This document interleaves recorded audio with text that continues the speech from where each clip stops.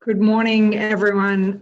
My name is Sophie Najaran, and I am the Corporate Development Executive at Education Training Employment Australia. I'm here with my colleague Rubul Jandu, just over here. Hi, everyone. We apologise for the delay. We've had a bit of technical difficulties getting on, but we're looking forward to get started. Firstly, we hope everyone's been keeping well and safe. It's been quite a while since Rubul and I were last in India, particularly in Chandigarh. We hope that everyone's safe with COVID and that things resume back to normal soon. It gives me great pleasure to represent ETEA and to give you a rundown about what we're offering, our qualifications and opportunities that we would like to assist you with. I'm just going to be talking to you from the presentation. I'm sure everyone can see the presentation. So Education Training Employment Australia is a national company. We're a privately owned registered training organisation that provides nationally recognised qualifications in New South Wales, in Victoria, South Australia and Western Australia. We have over 30 qualifications on our scope and have been in business for more than 20 years. Our organisation is owned by CEO Alan Hickling. He is an Order of Australian Medal recipient, and he has been in this business for a very long time. He's extremely dedicated to the education industry and has invested and is quite committed to providing opportunities to candidates who are based internationally and for those that are located in Australia as well. Education Training Employment has been primarily working to offer training opportunities in the health and allied community services, mental health areas, and our candidates have been successful in attaining employment in various disciplines when they come here. So, just with me.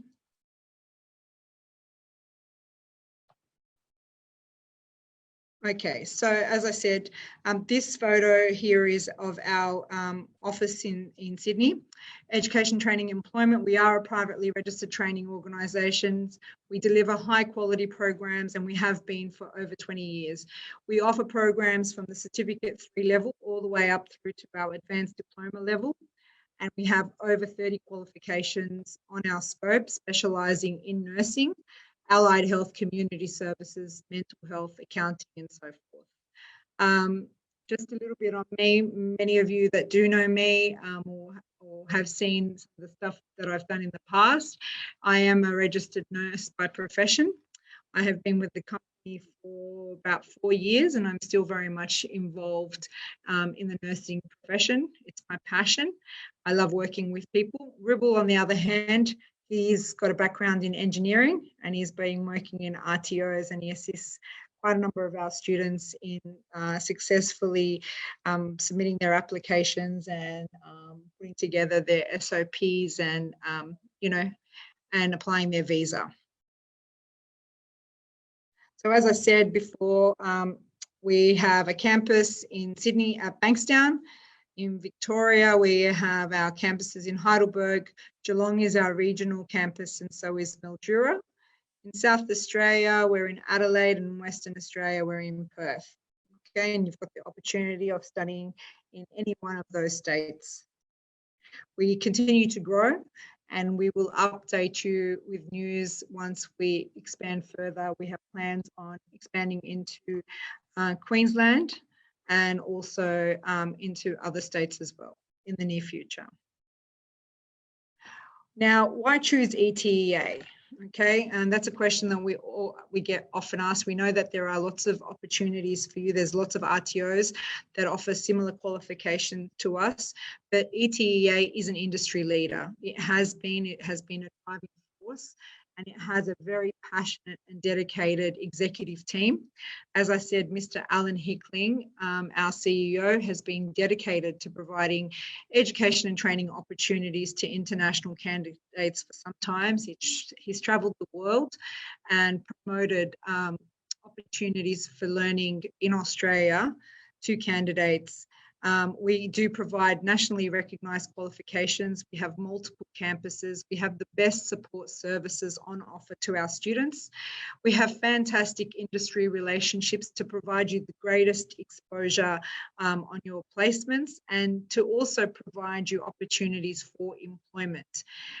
Our staff are experienced, they're current in their industry, and they are very committed and dedicated to our students.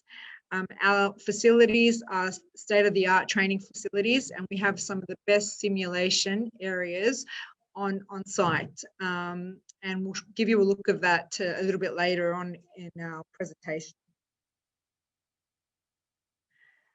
Some of our qualifications that we want to talk to you about and that are quite popular are qualifications in early childhood education and care, our automotive qualifications, community services, leadership and management, business, accounting, nursing, of course, and mental health.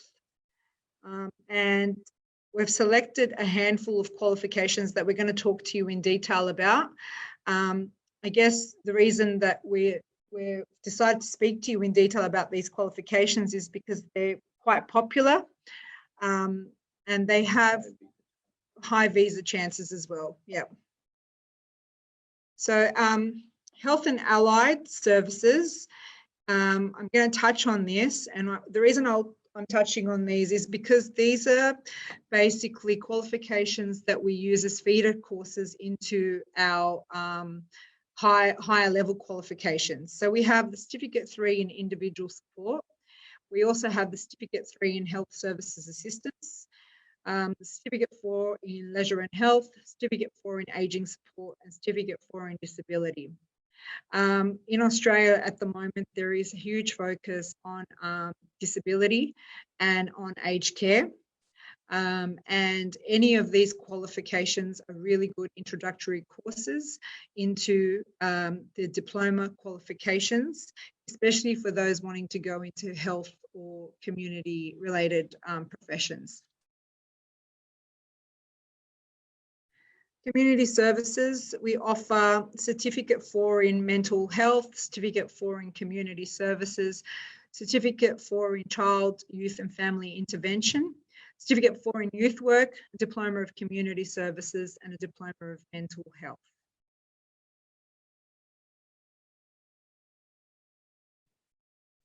Mental health in Australia. Sorry. Just go back a little bit. What's happened? So in terms of our mental health qualifications and mental health in general in Australia, we have had significantly increasing mental health related incidents and matters, and it's now a really big area that's on the government's agenda. Mental health affects many people across Australia and across the entire world, and I think previously people were too afraid to talk about mental health because of the stigma, especially people from culturally diverse backgrounds being taboo, that if somebody had a mental health related issue that they are seen as, you know, they're crazy or there's got something seriously wrong with them. Mental health covers a wide range of specifications and issues that people need to deal with. It allows you to work in several different industries and with various types of people. When we speak of mental health, we don't really associate that anymore with people that are in a psychiatric facility. We talk about more community mental health related studies. So in terms of what we're offering and what we're promoting, I guess we're promoting the Diploma of Mental Health, and that's been extremely popular with our international students. The Diploma of Mental Health qualification goes for a year and a half. It does have a practical placement component, and that is a mandatory component, which we actually have placement agreements in place, and we send you out so that you get the best exposure and insight into what that, I guess, profession will be like and what you are expected to do. There are a number of criteria that you'll be needing to meet. We also talk to you about when you're doing this qualification, it offers you avenues into working in counselling, referral, advocacy, education, and health and promotion. Overall, the course goes, as I said, it goes for 1.5 years, so 104 weeks. There is 160 hours of practical placement. And in order to apply for this course, you need to demonstrate an English or IELTS equivalent score of 6. You can pathway this course into higher education, and you can do a Bachelor's of Community Welfare, Bachelor of Social Work, Bachelor of Health Science, and Bachelor of Arts Psychotherapy.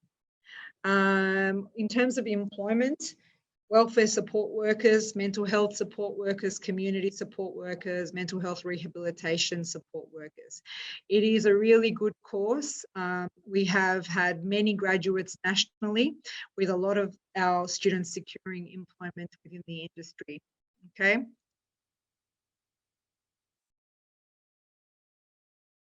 And the other popular course more recently has been the Diploma of Early Childhood Education and Care. And this course is tailored around childcare needs and services. It runs for a total of 114 weeks, and it does have a 240-hour practical placement component. There is a blended learning experience with students doing face-to-face and self-paced learning and practical placement going into a childcare centre. You will also be required to demonstrate a number of practical assessment tasks using our simulation rooms on site, and even just practicing skills that are required for you to be an essential worker in a childcare facility or working with children. The overall English requirement for the Diploma of Early Childhood Education and Care is 6. Your employment opportunities are as a childhood services coordinator, childhood educator in a long day care, a qualified room leader, family daycare provider, or preschool. Now, this qualification also does let you pathway into a university degree for teaching, provided that you meet the entry requirements and you have successfully completed your qualifications. In Australia, there are laws and regulations around people that finish this qualification in terms of opening up a child minding or childcare service.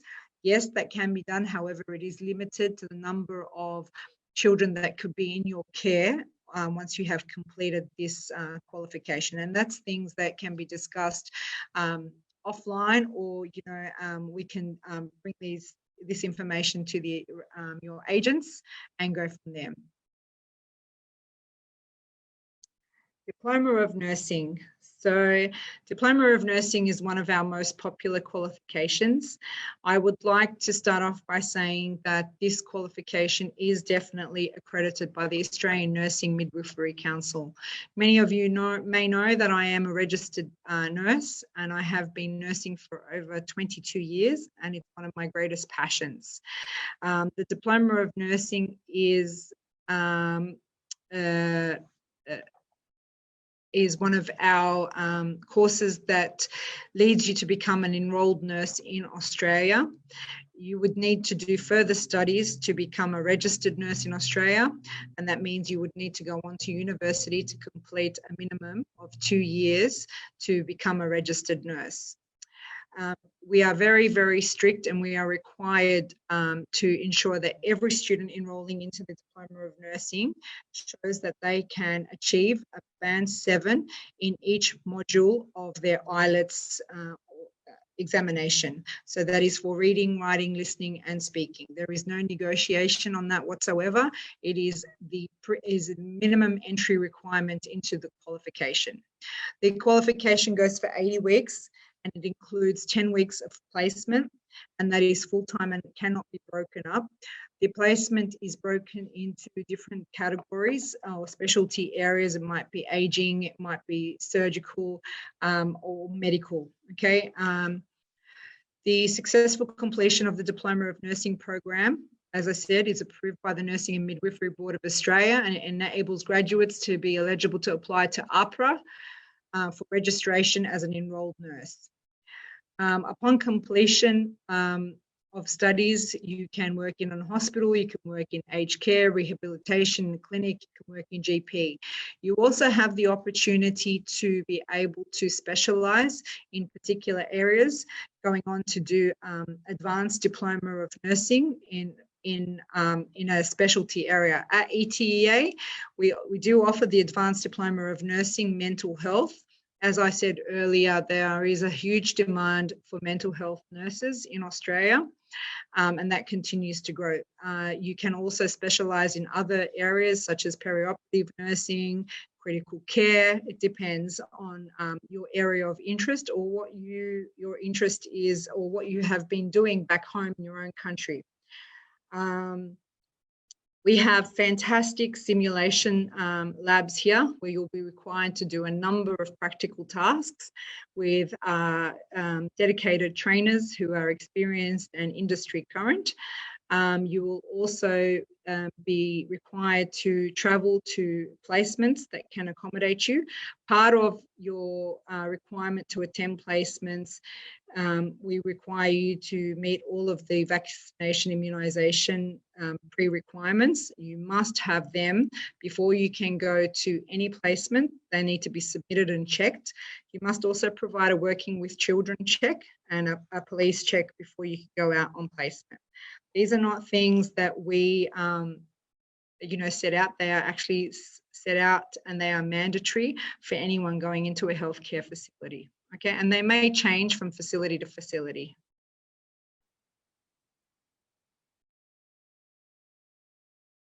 So we'll also talk about certificate for in accounting and bookkeeping. These are relatively new qualifications on our scope, and there's been an interest in these. So basically, these qualifications provide you an opportunity to be able to work in the accounting industry, to do bookkeeping, and you'll be able to work in as an accounts administrator, accounts clerk, a bookkeeper, or a payroll clerk. They do go for 52 weeks, and again, IELTS requirements is 6. We can package these up for people that have a business background or interested in a business package, and the package does go for 3 years. And one of the packages that we currently put together and offer is a Cert for in accounting and bookkeeping, leading to a diploma of accounting and also advanced diploma of accounting. We do have a relationship with one of the universities in Sydney, and there is opportunities to also pathway and to complete a bachelor's degree and receive 12 months recognition of the work that you have completed with us at ETEA. So we're going to talk about the application process, and I'm going to pass this over to Rubel to give you a rundown of the application process with ETEA. We normally get application from BM Education. So once they send us your documents along with the application, we ask them to provide us with their detailed SOP, which they can help you out to write it perfectly.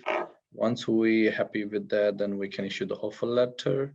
After offer letter, you guys going to provide us with your financial documents, your GT documents.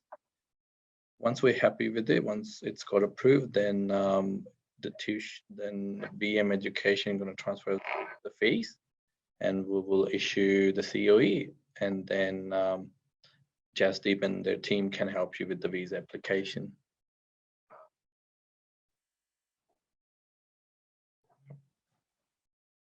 Okay, so one of the biggest areas is the statement of purpose, and we often find that the statement of purpose needs to be revised, and Rubel would agree with me here. Sometimes this process takes at least 2 or 3 times back and forth, and it's very important we outline some of the areas that need to be really well documented quite well. Okay, so what is a statement of purpose, and why do we ask you to do the statement of purpose? The statement of purpose outlines who you are. It's about you, okay, and who you want to become and how studying will enable you to get there. Okay, so that, I think that's key, and I think you need to remember that it's telling us about your overall characteristics, what you are wanting, and where you want to be. It should address the following, okay? Why have you chosen to study in Australia? You need to do your research, I think, is number one. You need to understand what's available to you in Australia. So when you generate your statement of purpose, your answers are comprehensive and they show that you have actually researched and you understand what's available to you in Australia. You need to understand also what the competitors are offering and what options are available to you. You need to also demonstrate why you chose ETEA. You know, just to say because ETEA offered the course, there could be another 3 or 4 RTOs that offer the same course, but you really need to highlight why it is that you have chosen Education Training Employment Australia. What benefit is it to you by coming to study with us? Why have you chosen the proposed course of study? Why this course and not something else? I mean, you know, if you have done your, for example, your high school certificate in India and you've done a science stream, why would you be choosing a course that's related to mechanics? Yeah, you know, it makes it really difficult, your justification. So you need to be very mindful of these things. How is your proposed course of study relevant to your previous education and employment?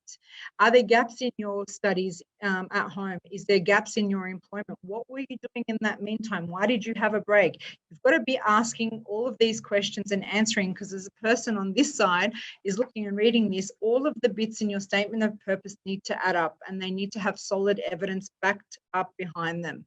Okay, to maximize your chances of being granted a visa to come and study with us. What is your expected career outcome upon completion of your proposed course? So if you're studying a, let's say, aging course, is your expectation to do more study so that you can become a nurse? What is the reason behind it? Are you studying aging to be working with young people? You need to make sure all your answers align to each other, okay? And that there is a good sequence of flow in what you're writing. Explanation of your economical circumstances. And I think that's very, very important. The reason they ask for this in a statement of purpose and why we want to see this is because you really need to be able to show that ultimate goal is to return home.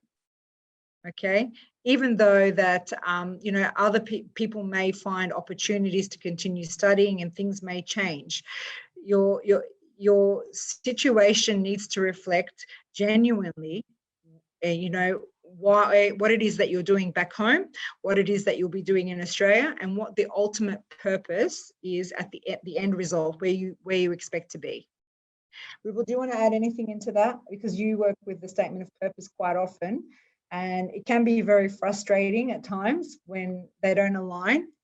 And they do take quite a bit of time to go through. So sometimes it's sent and then we really need, like Rubel will need to go and read over it twice, sometimes 3 times, to ensure that all of the gaps have been highlighted and sent back to the agent. It's very important to mention all those points, especially the comparison between ETEA and other colleges, comparison between Australia and other countries, and also explanation why you don't want to study the similar course in India, why in Australia. So once you mention those comparisons, the visa chances are more. You basically convincing the case officer for the visa.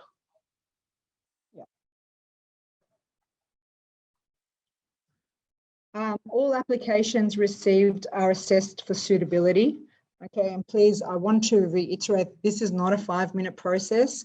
There is plenty of documents that need to be checked at our end. And we receive several applications a day that, you know, we need to go through them. Our team needs to go through them.